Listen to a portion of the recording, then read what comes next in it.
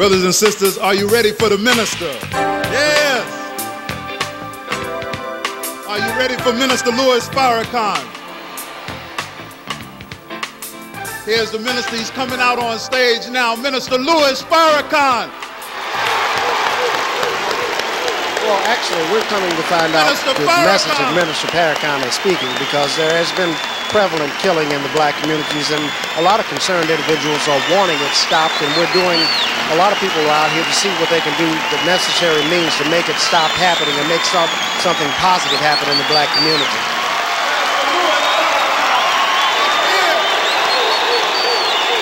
I think there's something in his message, especially to us black folks, that we can relate to one another, as opposed to someone else telling us we need to stop this one-on-one crime killing. We need to stop this drugs in our community. It's affecting everyone.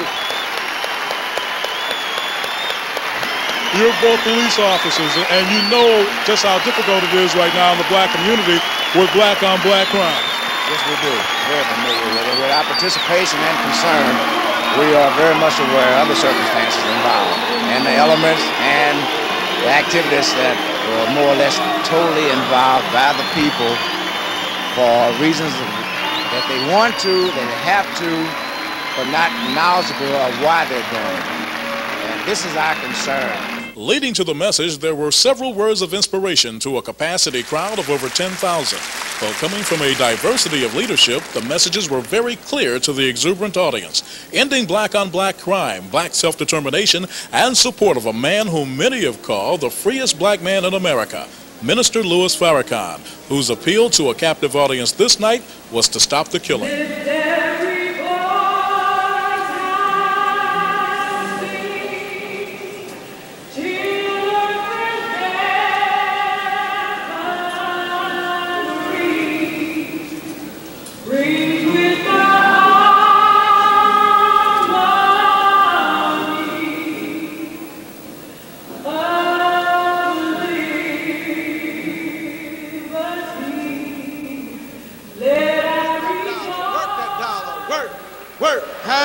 Work that dollar, work that dollar, work, hey, work that dollar, work that dollar, work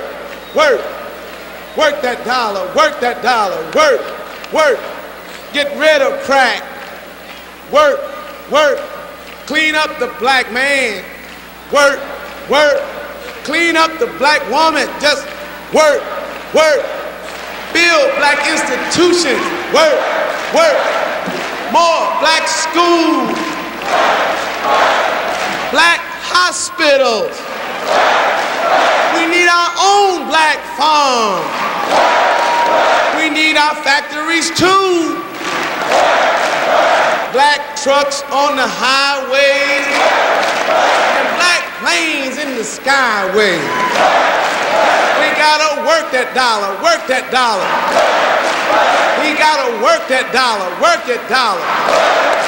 Brothers and sisters, you know, we are very happy that you came out tonight in droves. What you are showing to the city of St. Louis, brothers and sisters, and the enemies to the Nation of Islam, that your conscience level has been raised to a certain level, that now you are saying that you are full in force behind Minister Louis Farrakhan. So what you need to do for yourself, you need to give your own self a warm round of applause.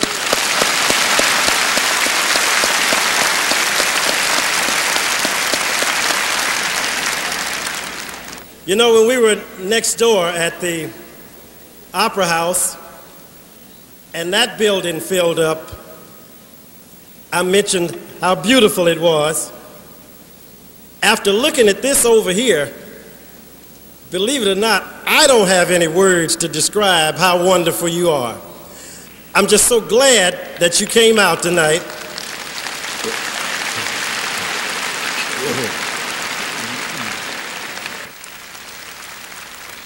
Too long in this country have other people made decisions for us. Too long in this country have other people planned our neighborhoods, planned our housing, planned our jobs, planned our schools, planned us. It's time. It's time to challenge this system. Our time has come.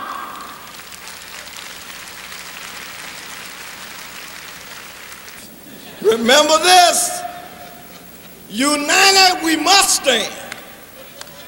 Our survival, or it may be Farrakhan, it may be Sharpton, it may be Carl Officer, it may be me now. But you are next. If you sit on your rumps and don't think you next, you wait. You next. Let me say it's an extreme pleasure to be invited to bring some comments here tonight. However, I'm going to be very brief because I came to hear the most dynamic, the most significant, the most intelligent, the most direct, the most magnificent, the most honorable, the most loving, the most generous, the most giving leader of our time, the Honorable Louis Farrakhan.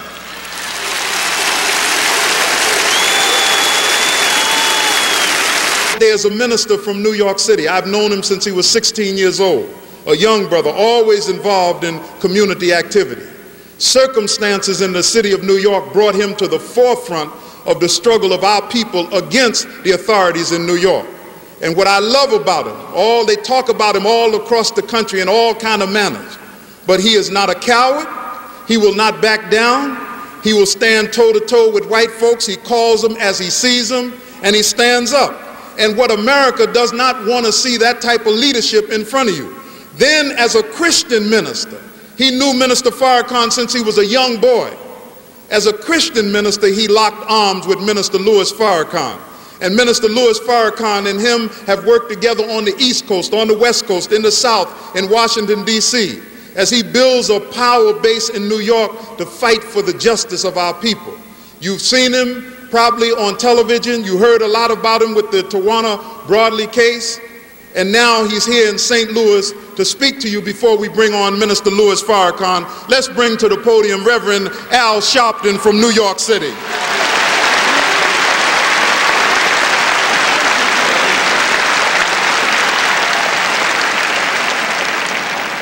Assalamu alaikum. Certainly the amount of people that are gathered here tonight is in itself a statement for the whole world to know that black people all over the country and in St. Louis are no longer going to let white folks choose our leadership.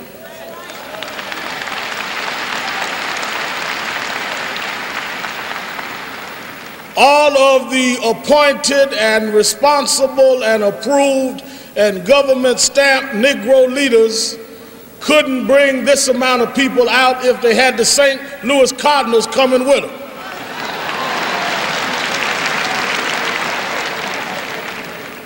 And it is a sad commentary for we as a people to allow other people to choose our team. If you are playing a football game, you don't have the opposition choose your quarterback.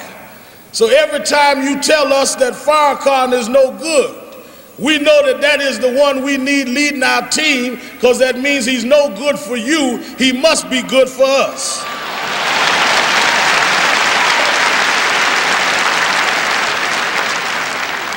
We must, as we deal with stopping the killing, have the man that can tell us how to stop the killing, because he's a man not afraid to identify the killer. White America wants us to believe that black kids brings drugs in America. Black kids are using what you gave them to kill themselves.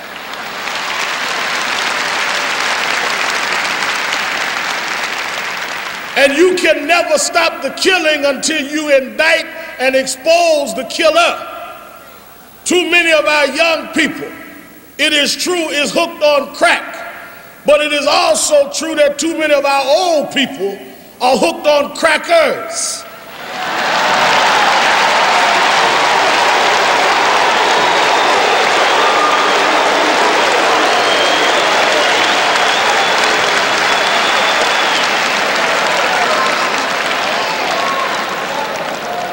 And until we can get the kids off crack and the old folks off crackers, we will never stop the killing in our community.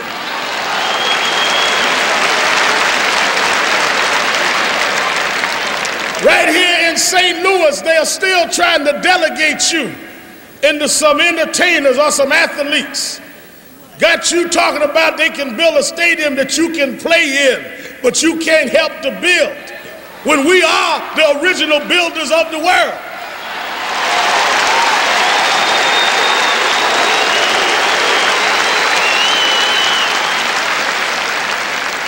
Let me tell you, St. Louis crackers, something. You can't build without us. We were building pyramids and Sphinx when you were still in the caves of Europe.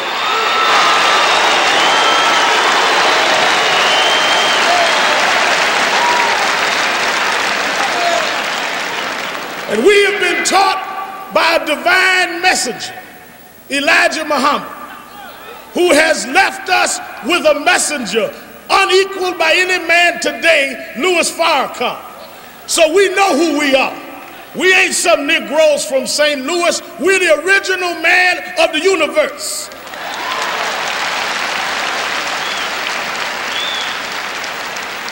And the clergymen and I come like John the Baptist, recognizing there's one in the water that has the message for today, whose shoes that we are unworthy to unloosen because he is submitted to God. Reverend Cohen, Mayor Officer, the times are hard, but we will win, because in the end, right will always overpower might. In the end, we know that David was right when he said, I've never seen the righteous forsaken, nor their seed begging bread. We will win because the Quran was right when it said, if God helps you, no one can overcome you. And if God forsakes you, who is there then that can help you? In God, let the believers put their trust.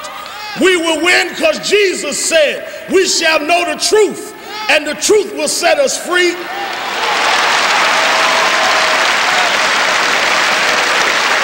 We will win because we're standing up now. We're not scratching where we ain't itching. We ain't laughing when it ain't funny. We ain't shucking and jiving no more. And some of us rather fight than switch. Some of us, like James Brown used to say, would rather die on our feet than keep living on our knees. Thank you, brother.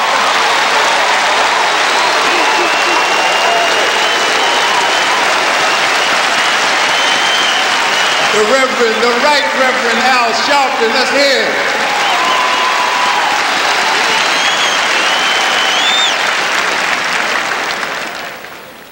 Brothers and sisters, Minister Farrakhan is waiting to come out. I know you want to hear him. You're ready for him. Today, Brother Minister Farrakhan spoke to a group of ministers. And in the ministers that came to meet with Brother Minister Farrakhan, because so much has been said about him and the Nation of Islam and what we believe, they came and they listened to him. And I met one of the ministers as he was leaving, and he said, brother, I was thoroughly moved and impressed by what Minister Farrakhan said. But among those ministers was a brother who is known not only throughout America, but throughout the world. And after he heard Minister Farrakhan, I sent Reverend Charles Cohen to ask Reverend Cleophas Robinson if he would be with us tonight and sing one tune. He agreed, so let's hear from Reverend Cleophas Robinson.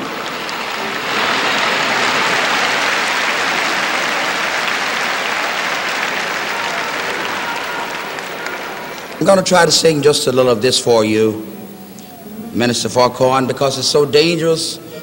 In these days of trouble in which we live, we all need God. And in God we move, and we have our being. My son at the piano, Minister Shadrach.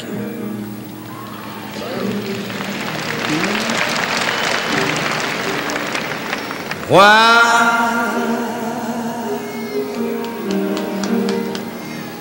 should I feel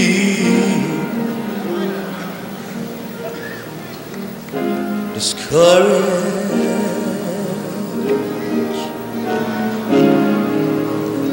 Why should the shadows fall? Why should my home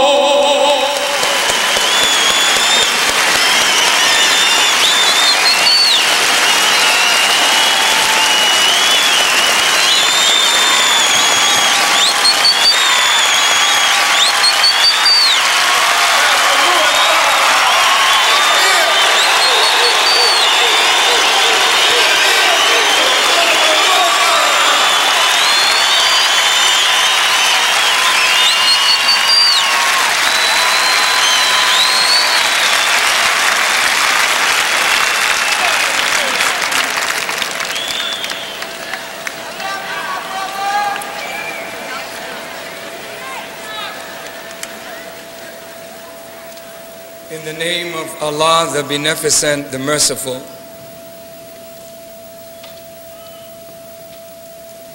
the Creator of all things,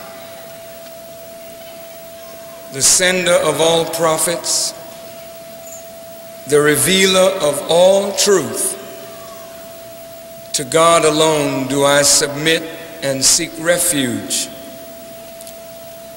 I thank Him for Moses and the Torah, for Jesus and the Gospel, for Muhammad and the Quran. I thank Him for the Honorable Elijah Muhammad, a divine leader, teacher, and guide who is teaching us the wisdom of the Torah, the Gospel, and the Quran, that we might come together, Muslims, Christians, Hebrews, Pan-Africanists, nationalists, whatever our persuasion might be. We must unite and fight against the oppression that has afflicted us for 400 years. I greet all of you with the greeting words of peace in the Arabic language. Assalamu alaikum.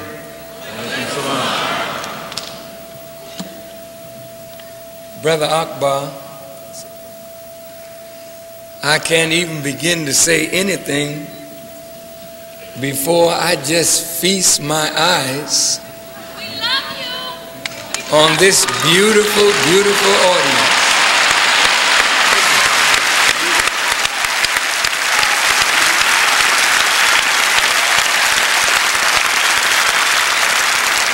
Are a beautiful sight to behold.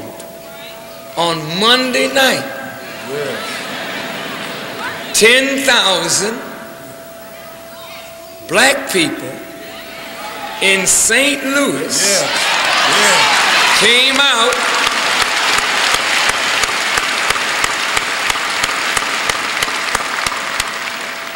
not to hear Michael Jackson, although he's wonderful.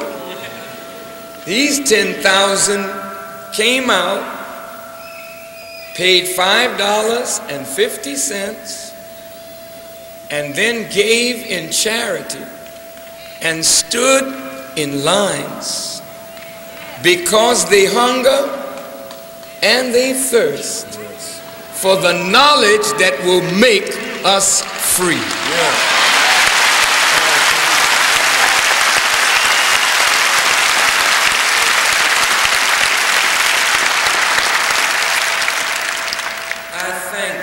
Brother Akbar Muhammad, Brother Donald, because although you came to hear Brother Farrakhan, this could not have happened unless there was an organizational effort and hard work done to make this happen. So it's not just Louis Farrakhan, it is mosque number 28 and all of the believers in mosque number 28 under the leadership of Brother Minister Donald and Brother Akbar Muhammad. I wanted to say that Brother Akbar in a few days will be leaving for Africa, and he will be working in West Africa to bring the message of Islam and the message of the Honorable Elijah Muhammad to all of our brothers and sisters in West Africa.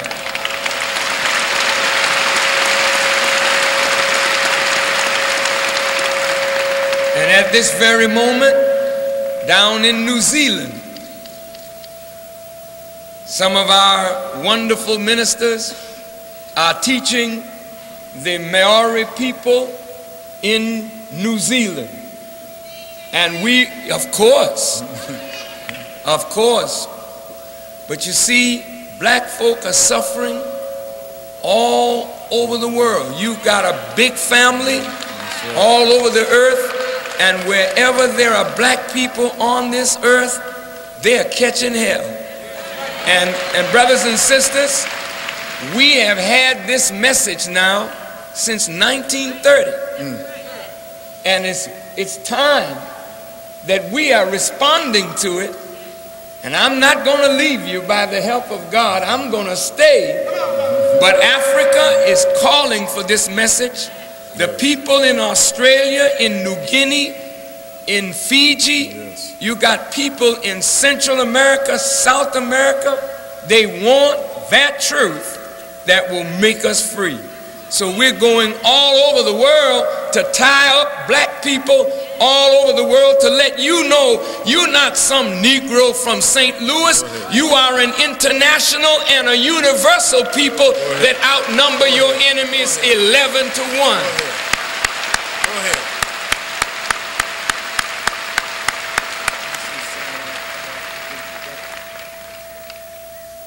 To all of these that are sitting on the dais, what a marvelous, wonderful group of distinguished brothers and sisters. Thank you for the honor of your attendance here this evening. All of the clergy, I'm always happy to see the men and the women of God. Wonderful clergy. Thank you. And you, such a beautiful audience. Now let me go to work. Go ahead.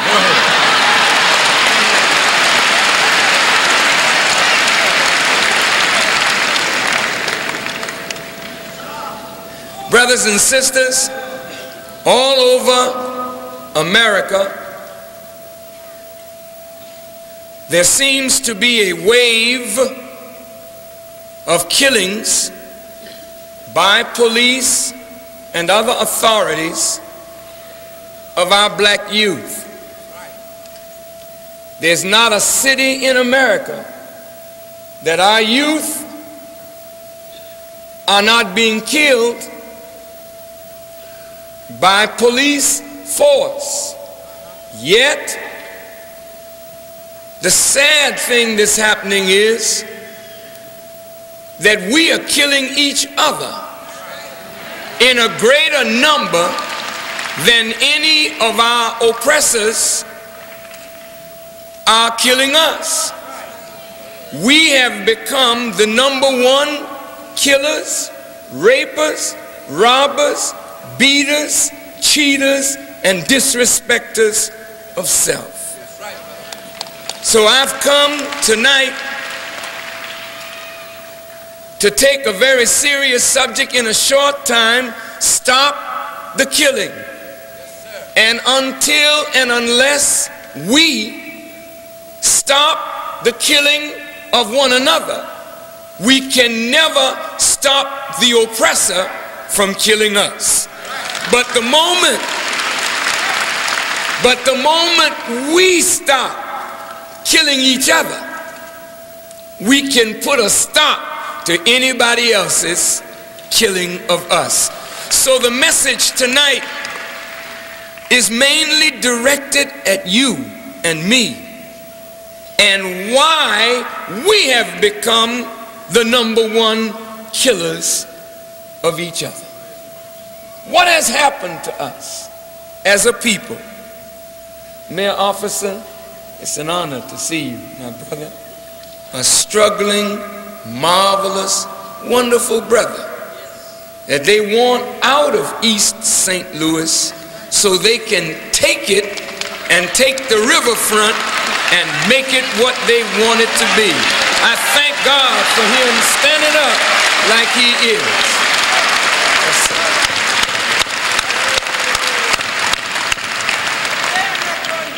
Man, I could just look at this wonderful, beautiful group of men and women standing here, and I'm just so touched and humbled by your presence. I just hope that God will bless me to say what I have to say tonight. But let me get back to work. The question is, why are we killing ourselves? And why are we killing one another? Death is over the black community. Death hangs over America. Death hangs over the entire planet. In fact, we walk and live under the very shadow of death. But why? There's so much disrespect for life and for the law of life. But this didn't just happen.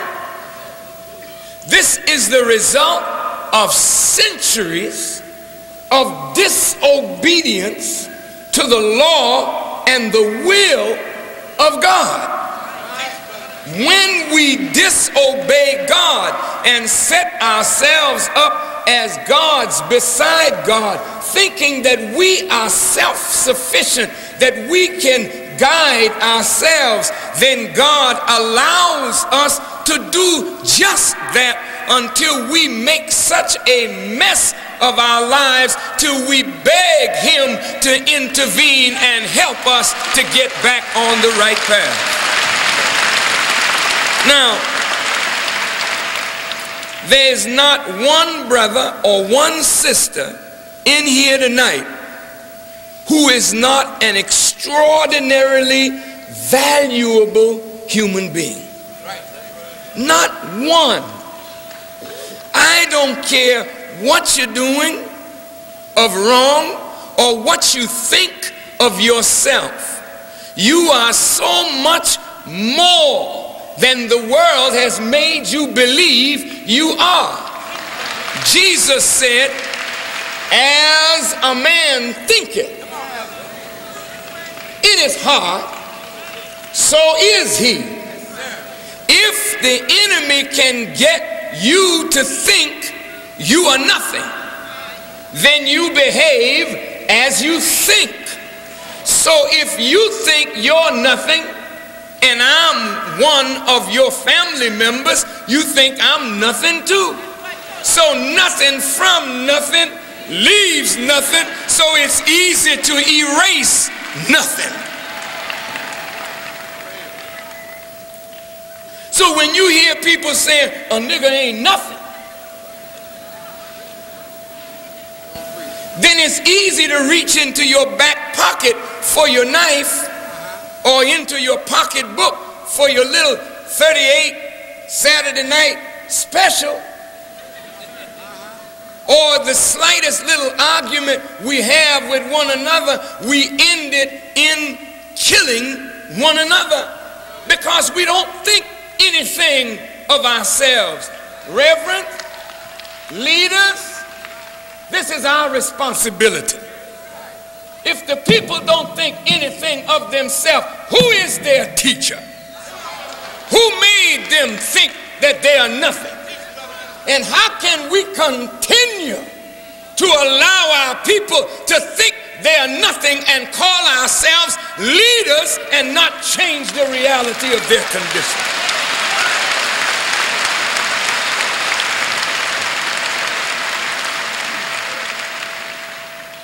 We as leaders have to take the responsibility to change what we see. Because this is not God's doing, this is Satan's doing. And we have to now take the offensive and change what the enemy has done. Now, how do you change a person's mind? People think that Farrakhan is giving a speech. No, no, no. President Bush gives speeches.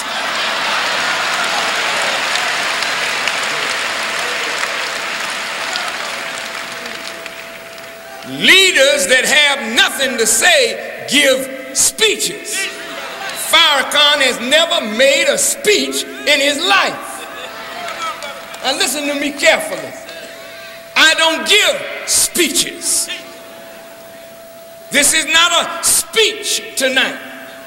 I am imparting the word of Almighty God. There's a big difference in making a speech and imparting the word. For the scripture says the word, when it goes out, my word will not come back unto me void. It will accomplish the task whereto I have sent it.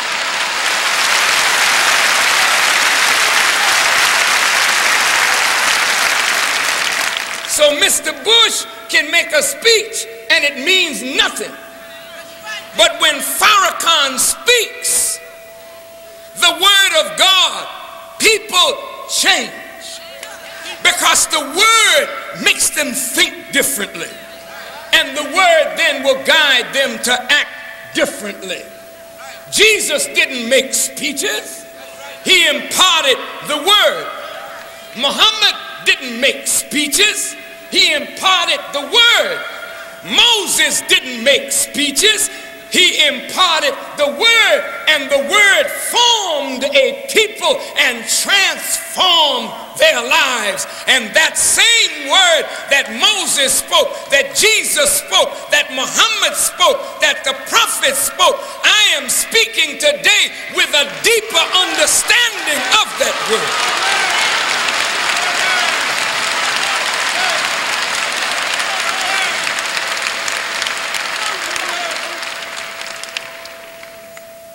I don't speak for praise.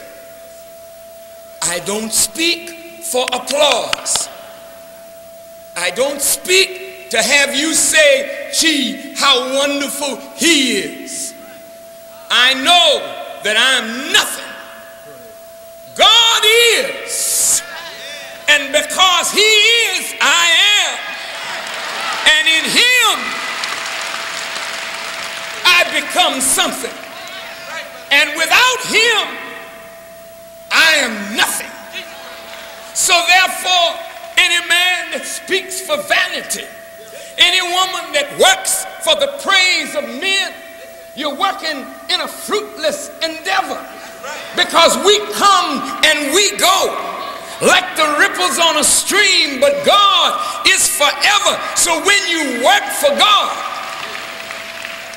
you're not concerned about praise because you know the praise belongs to God. You're not concerned about honor because you know the honor and the glory belongs to God. You're not concerned about what the enemies think. You couldn't care less because all you're trying to do is satisfy that one creator. He's not many, he's one.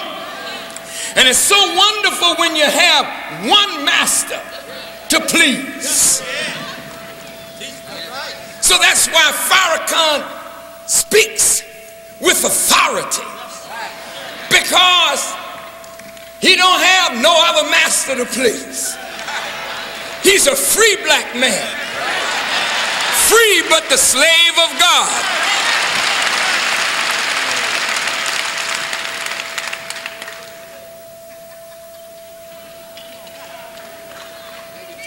So, beloved, brothers and sisters, let us now deal with the power of the Word of God that you have in the Bible on your shelf catching dust, or the Quran that you have on your shelf catching dust.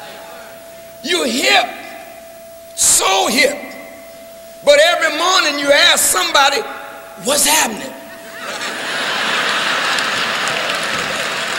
My man, what's happening? If you understand the book, you know what's happening before it happens. You don't ask what's happening, you tell them what's happening.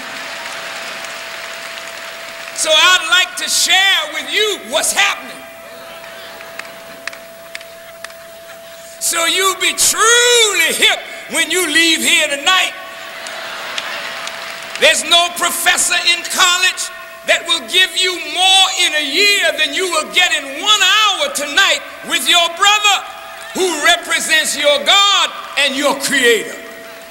Now let's get after the word.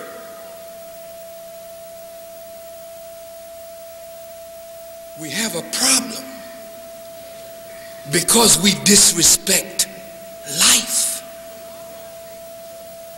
We have a problem then because we disrespect the life giver. Look at you. You, I'm talking to you personally. You are so magnificent, a creation of God. Let's look at you.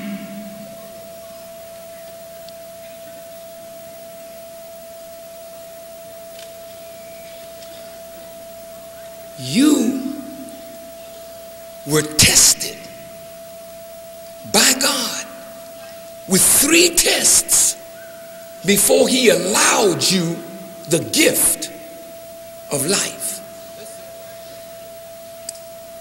In order for him to give you the gift of life, you had to be worthy to receive it.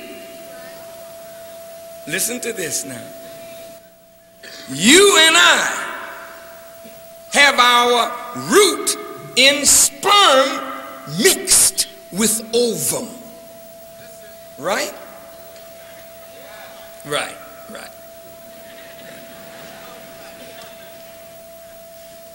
So we are considered nothing because we came from nothing to become what we are.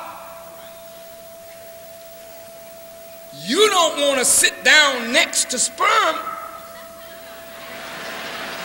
but you will sit down next to what sperm has manifested. Come on.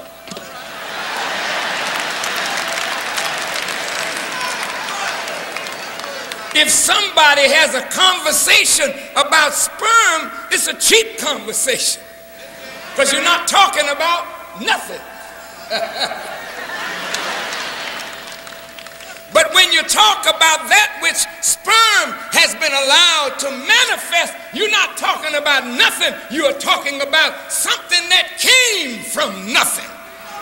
So anything that came from nothing manifests the wisdom of that one that brought it from nothing and made it something. Watch out now. Listen. Were you once sperm? Was I once sperm? Check it out. Then we were once considered nothing. Are you sperm now? Are you nothing now? Then by what power were you brought to where you are? Let's look at it now. Sperm was emitted into the channel of the female. And that channel was a hostile environment.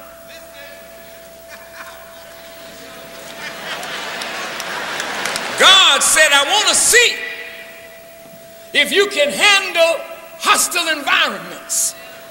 So I'm going to start you off nothing in a hostile environment. So sperm emitted into the tract of the female must do its job quick or it dies in the canal. Is that right? Talk to me. All right, let's move on. Talking about you. Oh, you are something that come from nothing.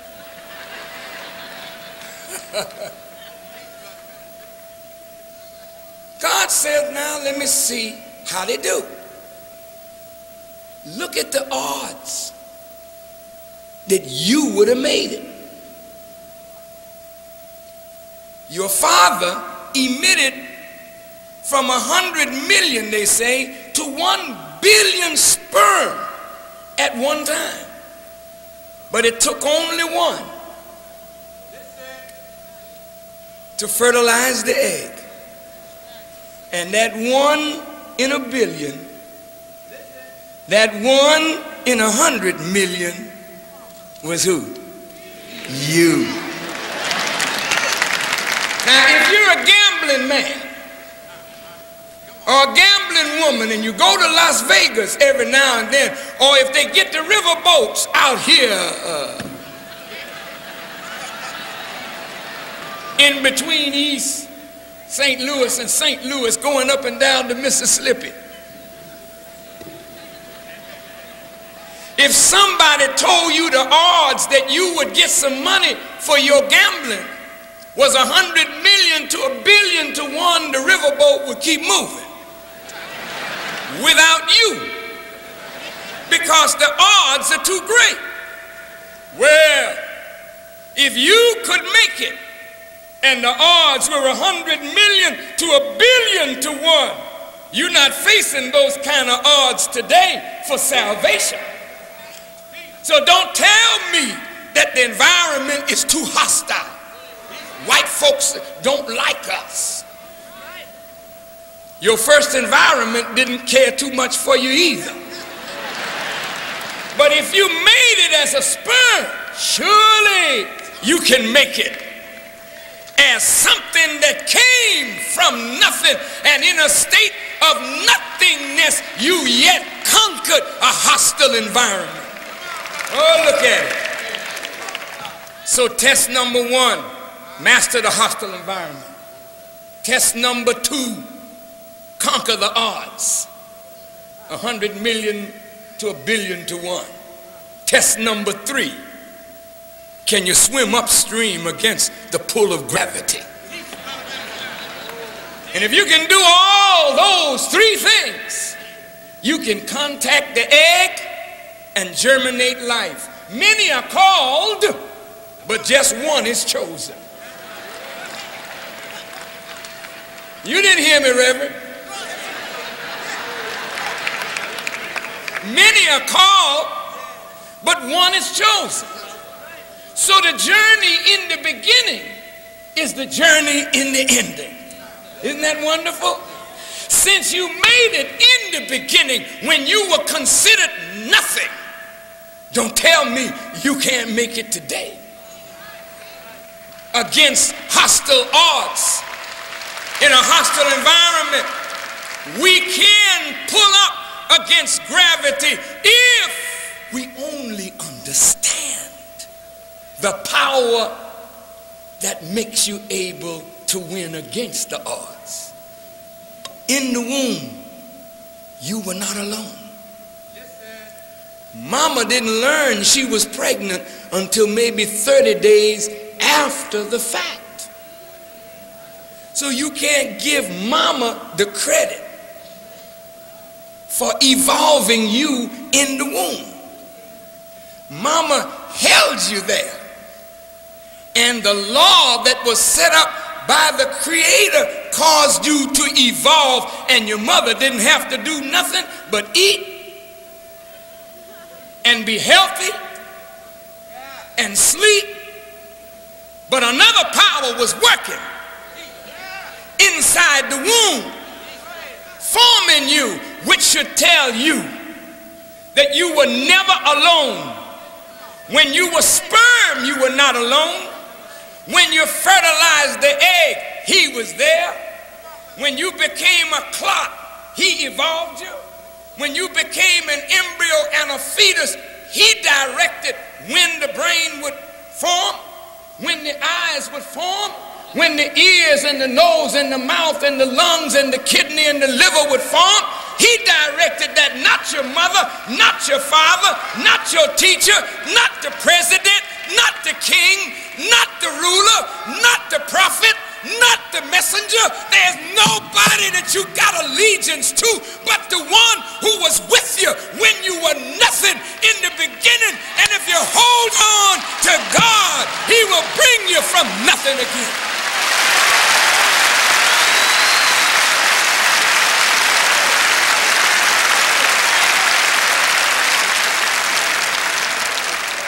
Y'all all right?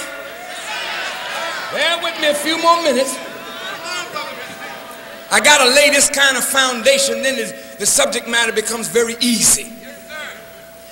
Beloved, listen. When you were formed, God says in the Quran, I formed you in the womb. He didn't say mama formed you. He said, I formed you. He brought you forth. He delivered you. Then he put in your mother milk for you. Isn't that something? He provided for you before you even knew you had a need. Sometimes mother didn't know what these were for. Excuse me.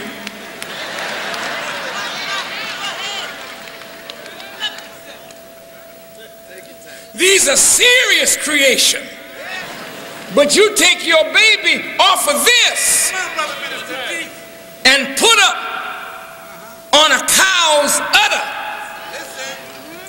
You allow somebody in a chemistry lab to try to synthesize mother's milk, and you give your baby Infamil or Similac in a can, and you bond your baby to a can and to a bottle and to a teddy bear, when the baby should be bonded to the mother. For in bonding the baby to the mother evolves and develops the human characteristics of her child. I want you to listen. These aren't playthings for men. This is the feeding ground for children. Maybe that's why you call each other, how you doing, baby? Hi, baby. Come on over to my crib. See, your language says you are an underdeveloped human being. Your language says that you have not evolved as you should have evolved. Not because you're not capable of evolving, but the nurturing message, the nurturing food has not been present in America, either for black, for brown, for red, for yellow, and even for white. They have stopped at a level that I will explain in a few minutes. And if they have stopped evolving and they are your teacher, you can never evolve past your teacher, particularly when your teacher does not wish it. Follow me? Y'all all right? I mentioned to the pastors earlier today that faith is not something you learn in the Bible. Faith is not something you learn from the Quran. This talk about converting people is silly. I converted him to my faith.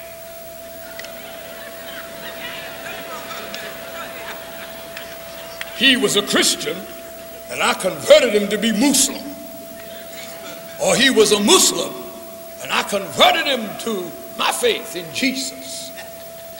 You really don't know what you're talking about. You're trying to give yourself too much credit. Yes, sir. You didn't convert nothing. Right. To convert means to change. How can you change what God has already given? Look here, brother and sister. Let me show you what I'm speaking of. Paul said, faith is the substance of things hoped for, the evidence of things unseen. Let's see what that means. Babies are born with faith. What you mean? Prove it, Farrakhan. Sure. Babies are born to pray. What? Yeah, prove it, Farrakhan. Sure. Babies don't cry in Spanish. Babies don't cry in Swahili or Arabic or Chinese or Greek or Yiddish. The cry of a child is universal. You come on the planet making the same sound. Come on. And you leave the planet making the same sound. You don't die in Arabic. You don't die in a southern dialect. You give up the ghost in a universal sound. And you come on the planet making the same universal sound.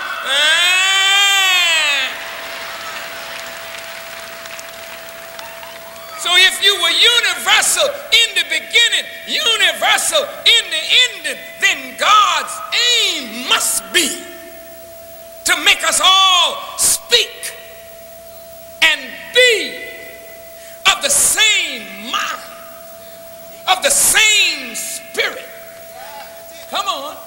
So he said there's one faith, one Lord, one baptism. But Satan has made many faiths out of God's one faith, then put one segment of faith against another until people kill each other in the name of God. I say, stop the killing.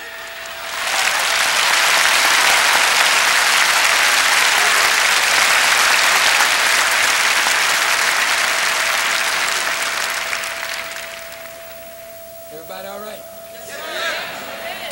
Listen, would God allow a baby to cry if there was no one to answer?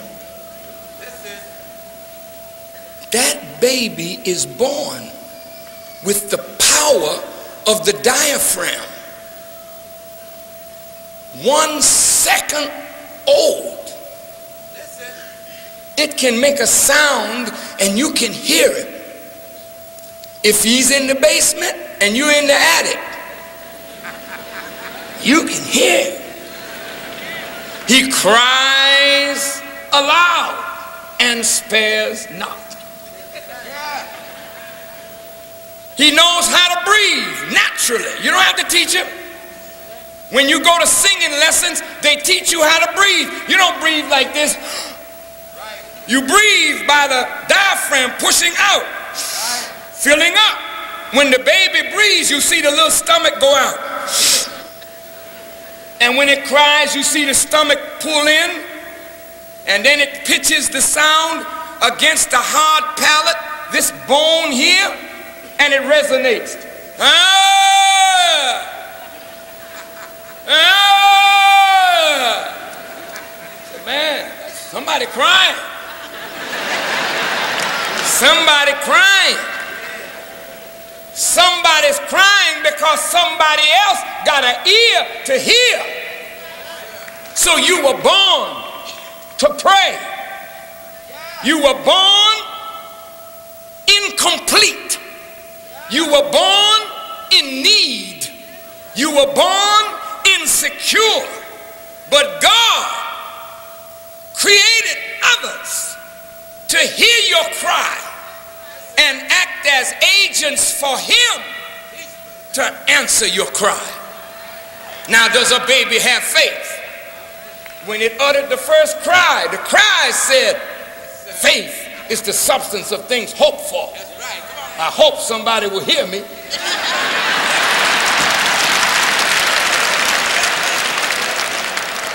Look at the baby.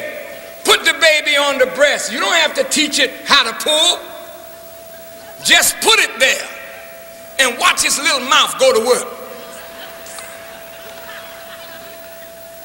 What you doing, baby? I'm pulling.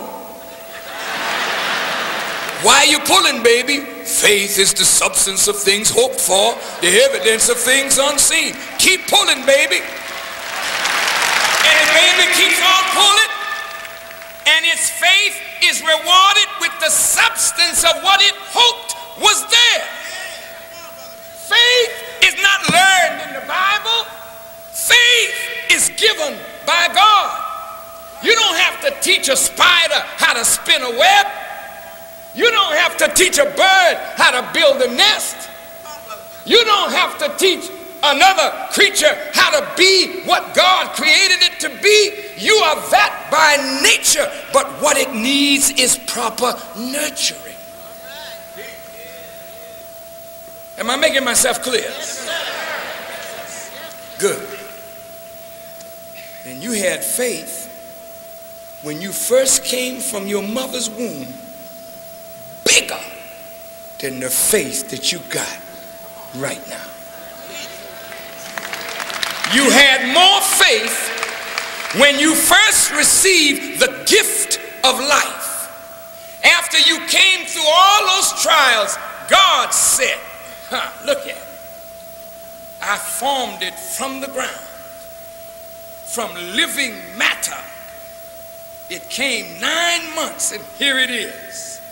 Now my gift is I will breathe into it of my breath, and it will become a living soul. It was an it before he breathed into it.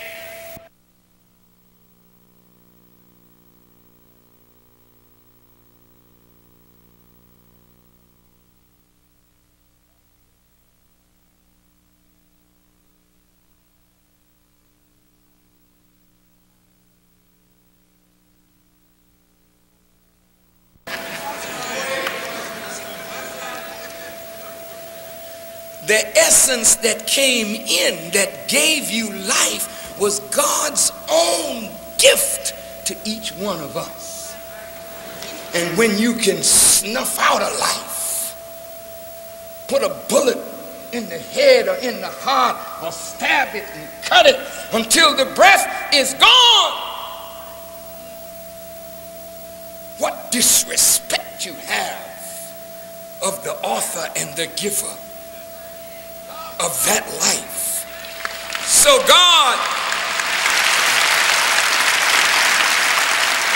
has to require it of you. Now follow me. I'm almost to where we can just take it on home. This human entity is a manifestation of God's intelligence at the highest level.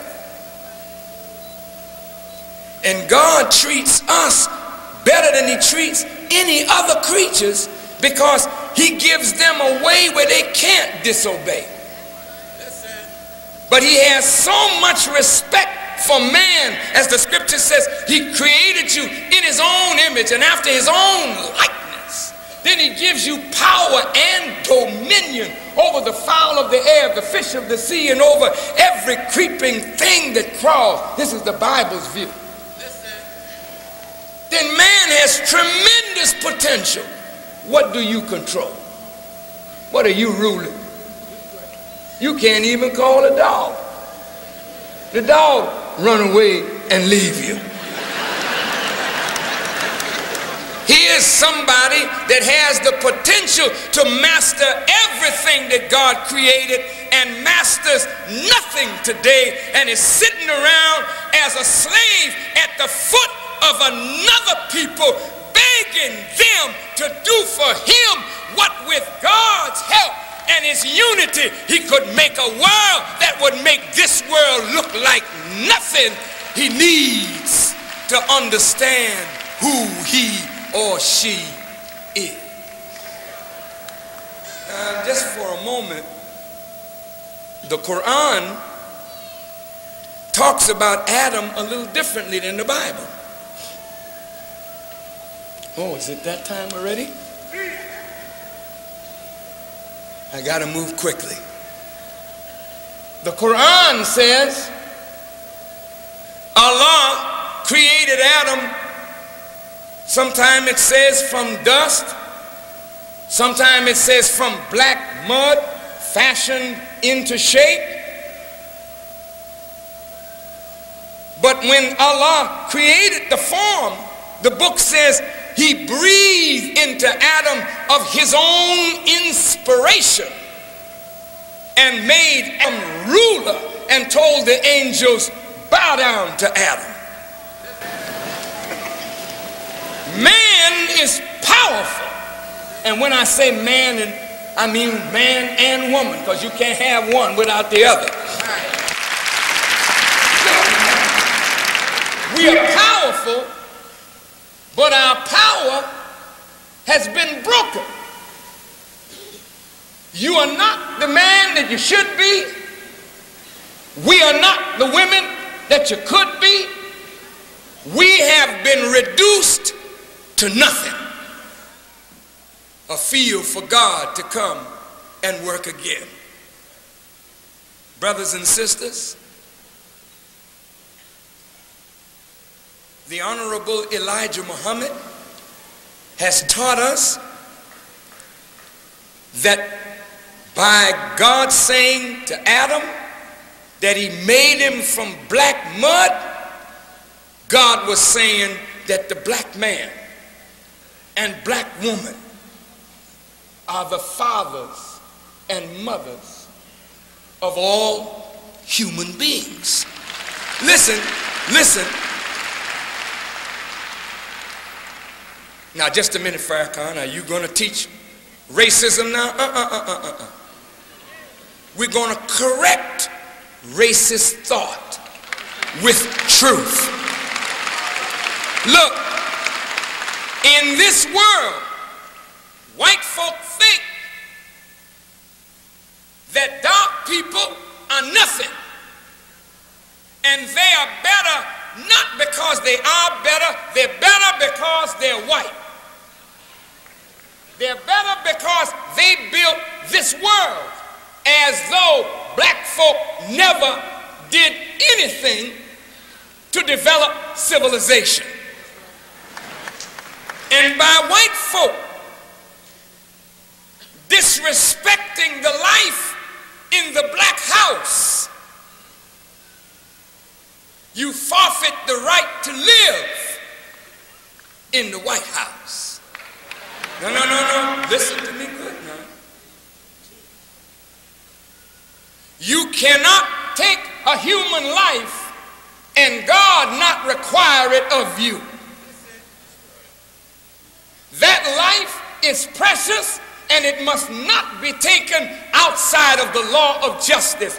When you take a human life, regardless to what panel calls it justifiable homicide, if it is not justified in the eyes of God that it was justly done, then you have to pay for that. Somebody gotta pay for that life.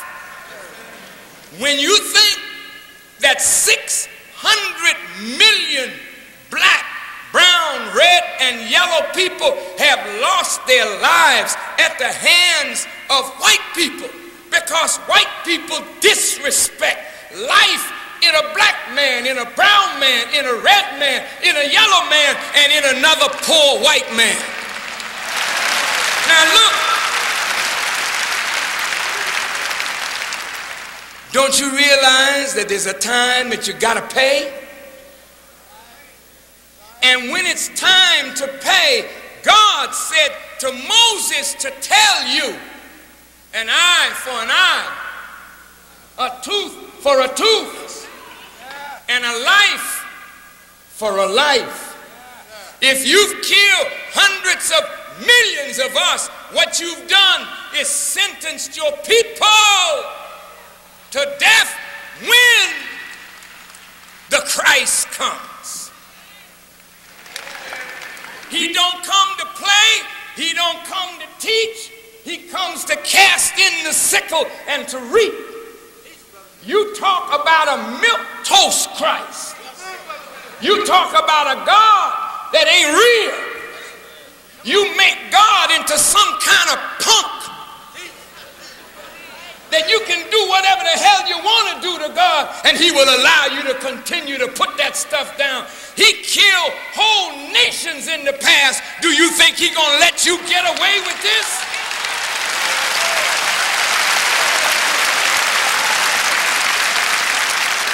Nobody kills like God, and nobody calls God a wicked killer. But he drowned all the wicked in the days of Noah, and then said, as it was in the days of Noah, so shall it be at the coming of the Son of Man. He destroyed all of the homosexuals in Sodom and Gomorrah. Talk back to me. Now, brothers and sisters, if you have a problem like that, no, listen, don't laugh, don't laugh, don't laugh. Please don't laugh. Because one sin is no better than another. Jesus said, if you offend one, Lord, you offend them all. So don't think you're better now. I'm not talking down to homosexuals. Please don't misunderstand me. I'm only trying to point out that God says in the scripture, he is God and he changes not. What he disapproved of yesterday, he don't pass on it today. He destroyed Sodom and Gomorrah, and if you visit Palestine, or what they call Israel today, not even a blade of grass grows in Sodom. God left it like that to show you how complete was his dissatisfaction with that kind of behavior. We cannot procreate the human species if men fall down on men and women fall down on women. Where's the world going if we continue like this? Listen.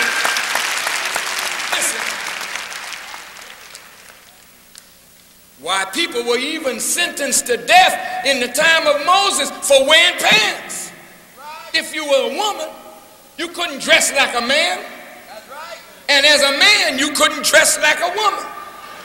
You had to be who you are. God didn't make any mistake. You can't tell God, I'm a woman running around in a man's body, I want to be free.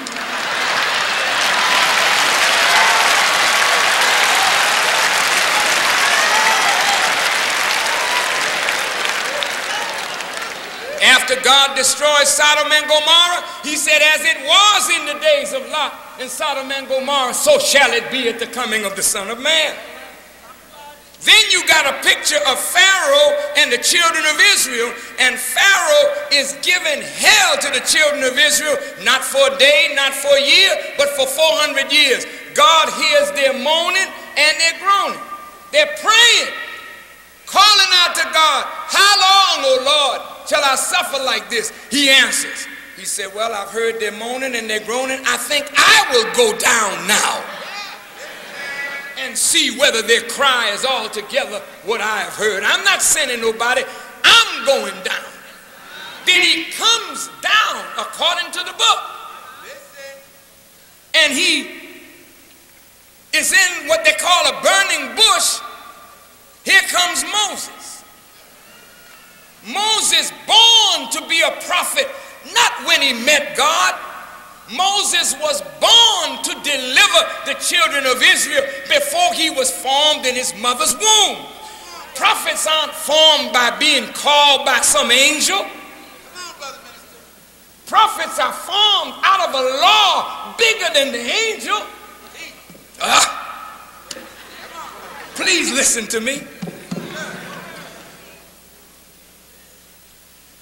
The law out of which great minds are formed is the law of necessity, the need of a people that sets up a longing in the people, and the people begin to ask, and the people begin to seek, and the people begin to knock. And at another point in time, God answers their cry through the womb of a woman. Now, when the child is born, it's already a prophet. They just don't have the guidance to carry out the mission. But from the womb, it's different. You look at your children today. Your children are different from you. And some of your children are very special until you put them in the schools. Then the schools start working on their head and turning them upside down and around. You can't have a great people giving your children to your slave master's children thinking that white folk are going to make good children for you. You are wrong, brother. They're killing our babies.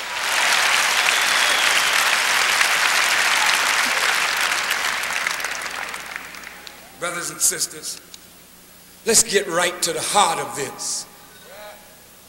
The disrespect of black life is what has set up the destruction of this nation. America is in trouble, and we are in great trouble because America sees in you the essence of her own undoing. She brought us here to give us a job. Now she doesn't need us anymore. And in this society or this world, when you become useless, the society will move on you to get rid of you. And I'm saying to you, brothers and sisters, we are all in danger right now. The government is frightened to death over your rise and the increase of our numbers. Our young people are strong, but they are a generation like no generation that we've ever produced. They are made for this hour. They're strange to you, mothers, and you are their mother. They're strange to their fathers. They're strange to everyone but God. If you notice your children, they're cold. There ain't a lot of play. They got a death-like expression. If you look in their eyes, serious, hostile. You notice them? You say, go to school, Johnny. Stay in school. And in his heart, Johnny's saying, so I can become like you. If school is what made you what you are, I don't want to go there. Because it certainly didn't make nothing out of you. Look at you. You take a Cadillac car and a fine home and a diamond ring and alligator shoes and think that you've done something when your fathers built worlds. You're not doing nothing with your degrees. Master of what? Doctor of what? The doctor needs a doctor, and the master is no master at all. These are like the people that give out black belts. You make a few flips, and you walk around with a black belt saying, I'm a master, until you meet one.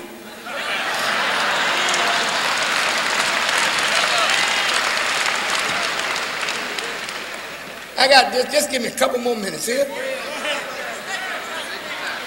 Brothers and sisters, we are in trouble because the time has dictated that we must go free. And white folk realize that if you go free, you might remember the evil that they poured on us and return it to them. So in their own sickness, they feel they can't let you go, but they don't want to keep you. Isn't that a heck of a bind to be in? I can't let you go because I'm afraid of what you do if I let you go, but if I keep you, I can't do nothing with you because you're too crazy today. I can't get you in the church.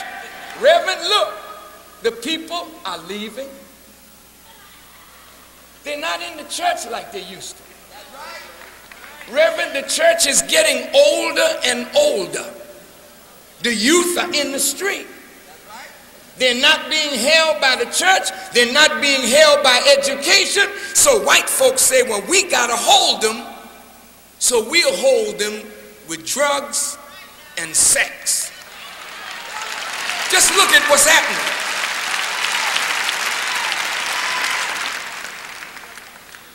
Brothers and sisters, the government of America looks at you like Pharaoh looked at the children of Israel. They're multiplying very fast. White folks' birth rate is coming down, yours going up. White folks say that if your birth rate continues, in less than 100 years, you'll be the majority population in America.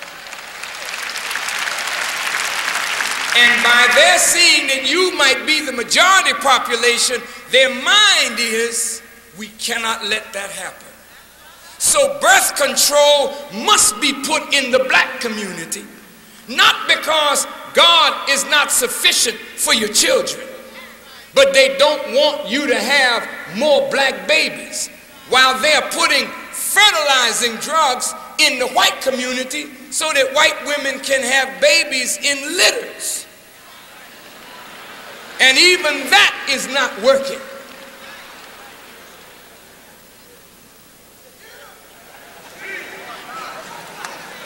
Brothers and sisters, they have planned to make war on the black community using drugs, gangs, and violence as an excuse. They are moving on our community as I speak to you. They're rounding up black leaders that have a voice of concern for you. That's why they moved on Reverend Charles Cohen in Cairo, Illinois, because he has a track record of standing up against them. And when they make their move, they don't want nobody like Charles Cohen around. They're moving on on Mayor Officer. They're moving on Al Sharpton. Even though Jesse, wait now. Even though Jesse could not stand with Tawana Brawley, and he couldn't stand with Stewart, and he couldn't stand with those black sufferers during the time that he was running, because he didn't want to appear like a black candidate. He wanted to appear like a more universal candidate. So while black folk was suffering, he was milking cows in Iowa with white farmers. No. It's all right. It's politics. It's politics. It's politics. But now, he may believe that white folks like him, but they're moving on Jesse. They moved on Judge Alcee Hastings, a strong black judge. Now they got him out. All your black mayors that were strong, they're moving on. Poor Mayor Barry, he had a problem. But they didn't treat Mayor Barry's problem like they treated Kitty Dukakis.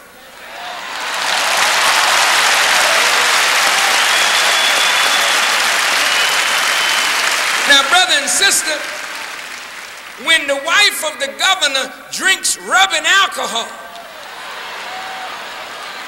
she got a problem. But the way the press plays it, Ms. Dukakis is handling her problem marvelously. She just came out of the hospital the other day, and how wonderful it is. We support her. The wife of the president, Miss Betty Ford, she had a serious problem, but they named a clinic after her.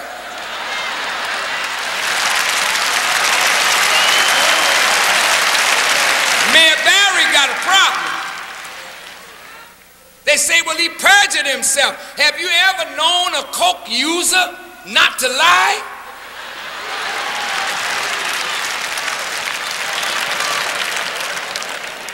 There's not a coke user alive that will answer, yeah, I'm on it. Yeah, I'm hooked. Yeah, I did it. Alcoholics Anonymous is there, and the hardest thing is to get the sick one to admit he's got a problem. Once they can admit it to themselves, you can heal. Mayor Barry got a problem. Yes, he says down with dope and up with hope because that's the right thing to say, but he got hooked. He knows the right thing to say, but he's too weak to live the right thing because he got hooked.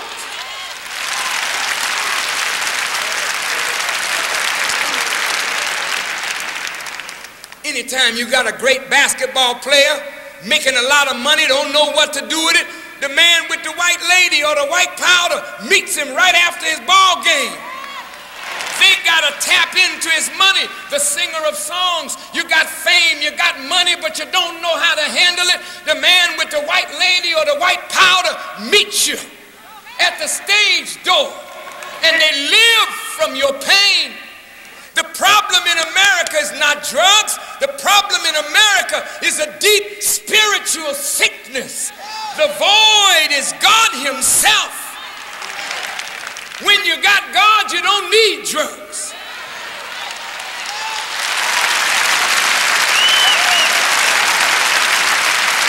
And brothers and sisters, drugs has created a problem that Bennett can't solve, Bush can't solve.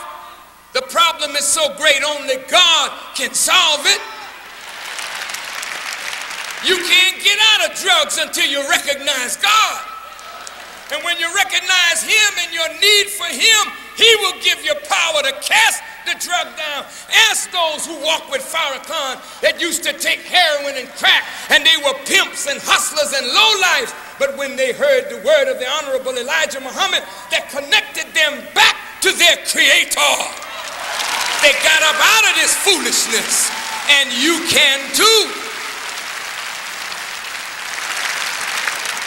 They spent $40 million to trap Mayor Barry.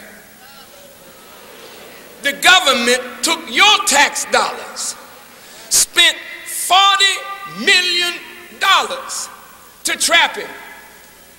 They found a sister. She wasn't, no, wait. You can dump on the sister, but it's always good to look behind the face of the clock to see what moves the hands. You understand?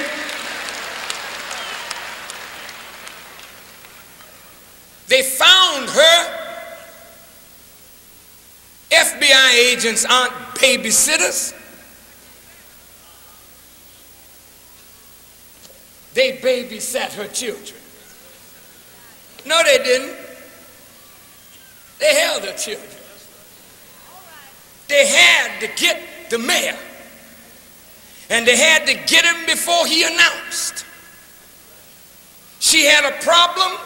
They were about to put her or threatened her with jail and taking her children from her.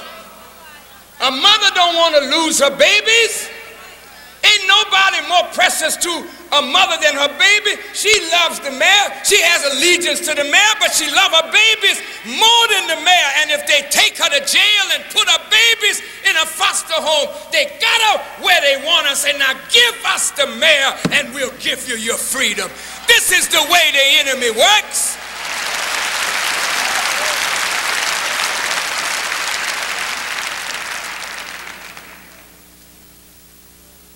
Mr. Bush is a smiling president, but he's a dangerous president. He's a wiser man than Mr. Reagan. Mr. Reagan was a smiling president too, but he didn't care nothing about black people and let you know it. Bush thinks the same way.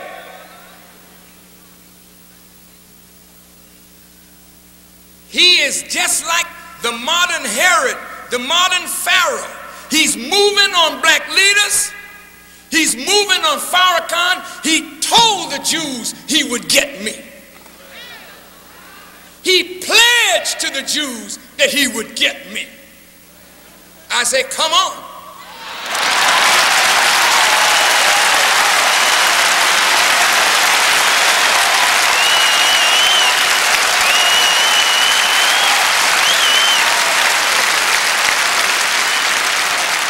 Come and get me, and watch God come and get you. I'm not in America of myself.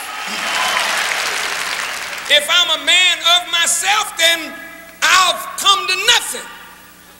But if God is with me, then there's no combination of devils that can do anything against me. And God is with me.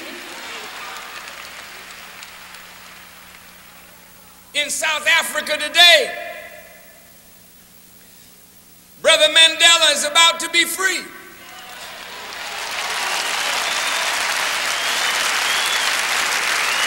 Mr. Bush said if they free Mandela, we want to invite him to the White House.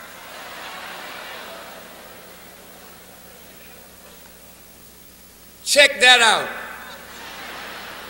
Mr. Mandela, as leader of the ANC, gave up nonviolence after Sharpeville.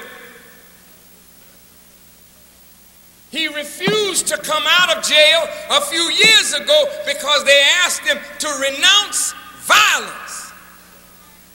He said, I refuse, because if you don't give us justice at a certain point, we're going to have to be willing to shed our blood and the blood of others, because freedom is greater than blood.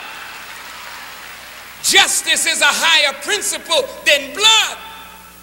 Equity is a higher principle than blood. So all human beings should shed their blood for freedom, justice, equality, for truth, and for peace. Yes. So now, with Mr. Mandela coming out, why would Mr. Bush want him to come to the White House? Look, Mr. Bush is trying to ingratiate himself with black leaders and black people.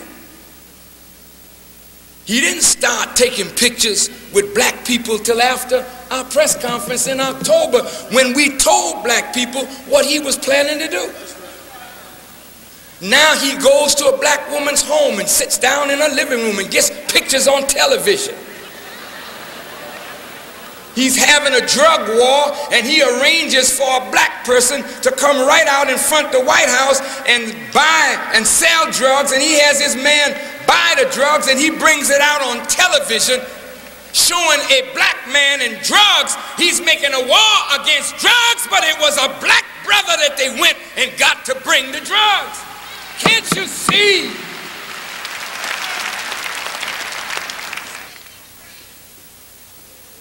Mr. Mandela should reject it. Don't come to a White House and your black people in America catching hell too. I bet you Mr. Bush would not invite any advocate of violence in America to his White House. Why should he invite one from South Africa? It is because he wants to deceive you and make you think that he is not who God said he is.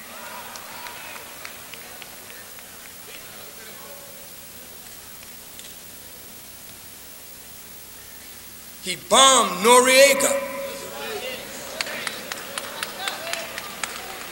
Whatever Noriega is, the American government helped to make him that.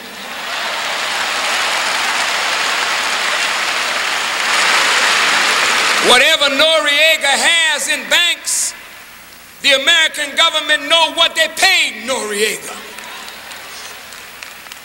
But when and you're not a willing tool for your master anymore, they plan to get rid of you. So in a press conference in Washington in October, I said his first move will be against Noriega. He comes out with the stealth bomber. They haven't tried it on nobody else. They try it on Noriega. He's a non-white, you know. His PDC headquarters is in the middle of a black and mestizo community. And his American planes bombed that community, killing hundreds and thousands of men, women, and children who were black and mestizo. They're not telling you the truth. He don't have no law on his side to go get Noriega. No law body will say that he was lawful, but he made you think that that man was this, that, and the other to justify what he was about to do. He bombed Cologne on the east coast of Panama, practically an all-black city. They don't tell you that. They don't have no love for you, brother and sister. You joined the army for what? What are you fighting for? Fighting for an enemy to keep you in the condition that you're in?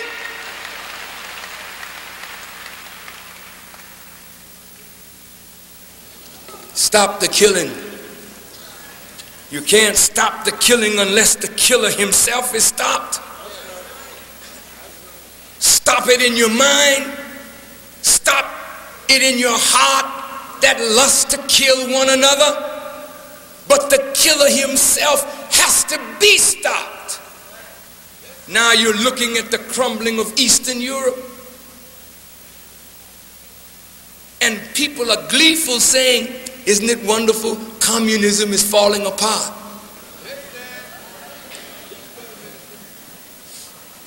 And Mr. Bush and Mr. Gorbachev met in Yalta. What did they talk about? It wasn't a summit, they said. It was just a meeting. On the rough waters in Yalta, they were talking. Mr. Bush said Gorbachev asked him to not meddle in his problems that he's having and give him a chance to solve his problem. Did you hear Mr. Bush say that? And Mr. Bush says he told Mr. Gorbachev, I won't. He never told you what the quid pro quo was. He said to Mr. Gorbachev, if we don't meddle in your affairs, we want to make the Western Hemisphere for democracy. And right after Yalta, he went after Noriega, and he started right in on Nicaragua, and now he's troubling Cuba. They're getting ready to move. And this is settling up time. And you are a major problem to this country. Every time you got a leader that they didn't like, what did they do? Martin Luther King was not a bad man, but he died or was killed at 39. Malcolm wasn't a bad man, but he was killed at 39. All your organizations have been turned upside down and inside out. You don't have any more strong advocates. Only 2 national speakers left in the country, Jesse and myself, and they got Jesse swinging.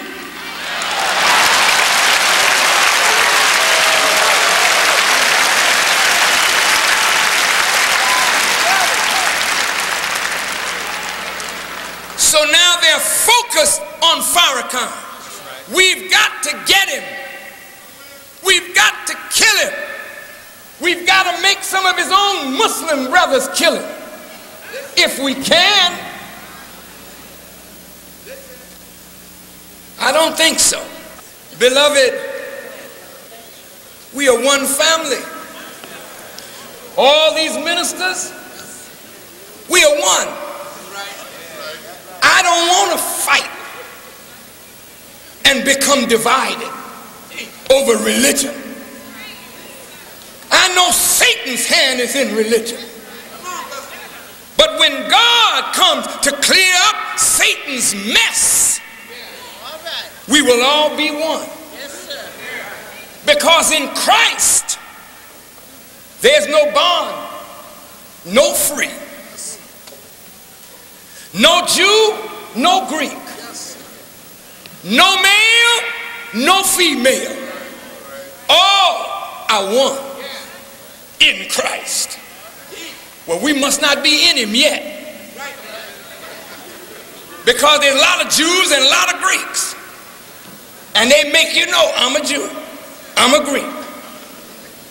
And I ain't with the Jews and I ain't with the Greeks and I sure ain't with the Negroes or whatever. I don't like these women. I love these men. But when you know Christ, really know him, you don't talk about your nationality.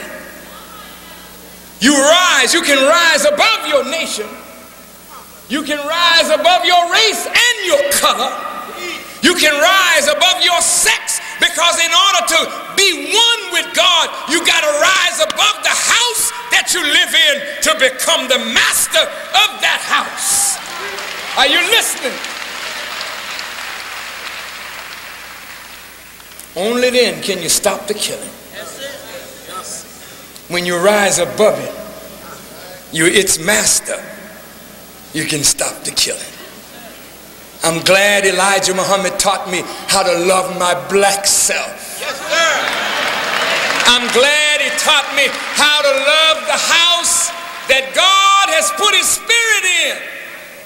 I'm proud of my blackness, what's left of it. My little broad nose, my beautiful thick lips, my kinky hair. Well, heck, if I don't love me, who will? God knew what he was doing, but he breathed into this body. It's not the body, it's what's in it. And what is in it, if it is in obedience to God, it becomes what it obeys. You're a doctor? If I submit to you, what can you make me? What can you make me? If you're a doctor and I submit to you and you teach me, what will I become? That's why doctors make doctors. Lawyers make lawyers. Teachers make teachers. Submit to God, and what will he make you? Ye are all God's children of the Most High God. I don't want to be a carpenter, though there's nothing wrong with being a carpenter. Jesus was one, or his father was one, or Joseph was one. I don't mind being a fireman or policeman, but that's not the big job. The big job is to grow into God, a manifestation of God. God walking, God breathing, God acting in human beings like Satan acts in us now. You got to empty that out and let God come in. He said he stands and he knocks. Whosoever will open up, he will come in and sup with them. It don't mean he'll come in and have dinner with you. He's knocking on the door of your mind through the ear. So him that hath ears, let him hear. God is knocking. Will you let him in? And if you let him in, he'll drive Satan out so that you become an expression of a living God.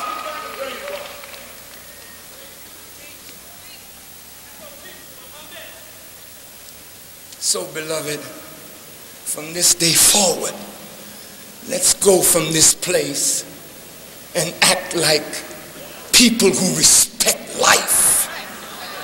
Go home to your house and look at your wife and look at your children in their cribs and say, God, thank you for this. This may be the answer to our prayers. A leader, a teacher, a guide, a scientist, a physicist. Take care of your children. Mothers, know what these are for and give them to your children. Fathers, get out the way and give your children.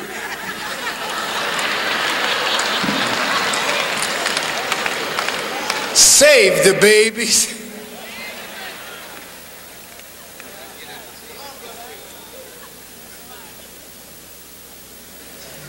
As you leave, go home and look in that mirror and look at this temple of the living God. Look at it out of shape. Stomach falling down on our knees. Don't put the cigarette in your mouth, just look at it. Poison in your lungs. Don't go back and pick up the cigarette and destroy your house. Don't go back and pick up the alcohol and destroy your house. Leave Piggly Wiggly alone. Don't destroy your house. Put the best in this. You put high tests in your Cadillac because you don't want your motor to ping.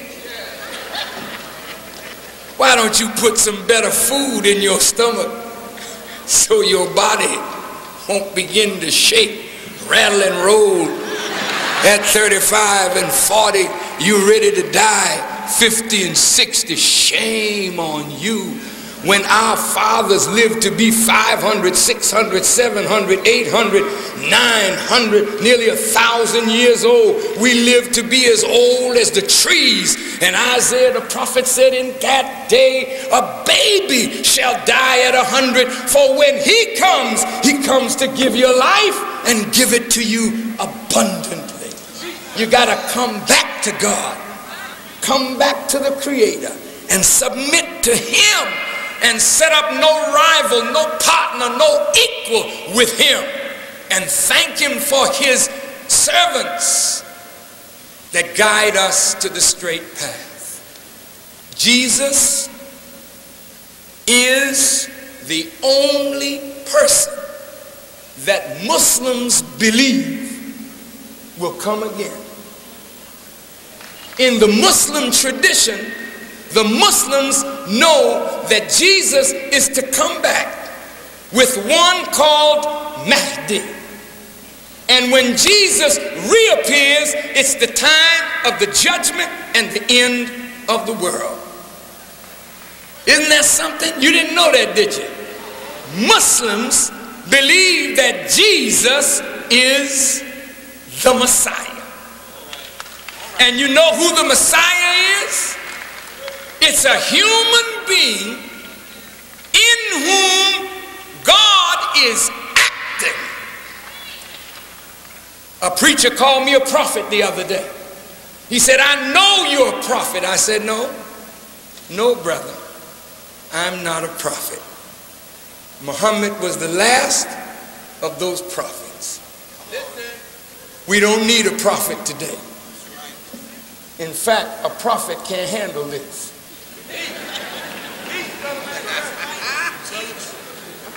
Brother, if Noah came back and saw this condition, he'd get in the ark and hide.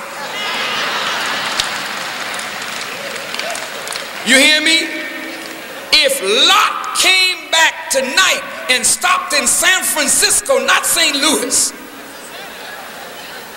and had to deal with homosexuality, Lot would say, Lord, take me out of here right away. If Moses had to deal with this Pharaoh, with the little rod that he had 4,000 years ago, he would say, God, I don't need no rod, I need you.